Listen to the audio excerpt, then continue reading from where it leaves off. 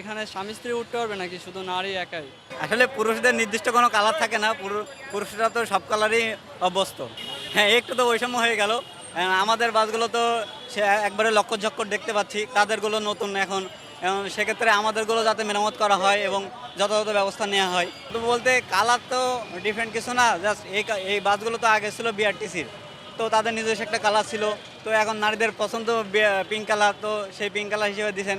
এখন কালারটা তো ডিফারেন্ট না, ডিফারেন্টটা হচ্ছে সেই বাসগুলো কি আদৌ শেষ কতদিন পর্যন্ত চলবে এবং সেগুলোকে আদৌ নারীরা ঠিকঠাক মতো সুবিধা পাচ্ছে কিনা সেটা দেখার বিষয়। চলাচলের রাস্তা এত দুর্ভোগ, এত যানজটপূর্ণ, এত লক্কর বাস, এগুলো যাতে মেরামত করা হয় সুন্দরভাবে, আমাদের চলাচলের জন্য খুব সুন্দরভাবে যথাযথ ব্যবস্থা করা হয়, এর জন্য অনুরোধ থাকবে মাননীয় প্রধানমন্ত্রীর কাছে।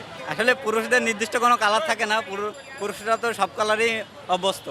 তো পুরুষের যেমনই আছে, তবে শহরের জন্য একটা নির্দিষ্ট কালার থাকলে ভালো হয় আর কি।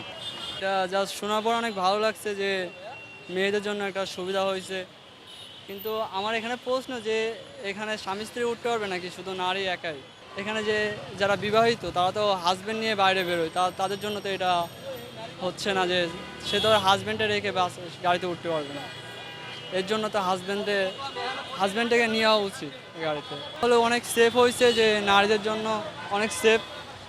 আর এই যে বাসের ভিতরে অনেক ঝামেলা হয়, জাস্ট গাদাগাদি ধিক্কা মারে ছেলেরা, এর জন্য নারীদের জন্য এটা সেফ হয়েছে অনেক। সেই ক্ষেত্রে এটা অনেক ভালো। আমার জানা মতে মেয়েদের পিঙ্ক কালার অনেক পছন্দ, সেই ক্ষেত্রে বাসের কালারটা ঠিক আছে ওদের জন্য। আমাদের জন্য করবে, যেহেতু মেয়েদের জন্য করছে, আমাদের জন্য করা উত্তম।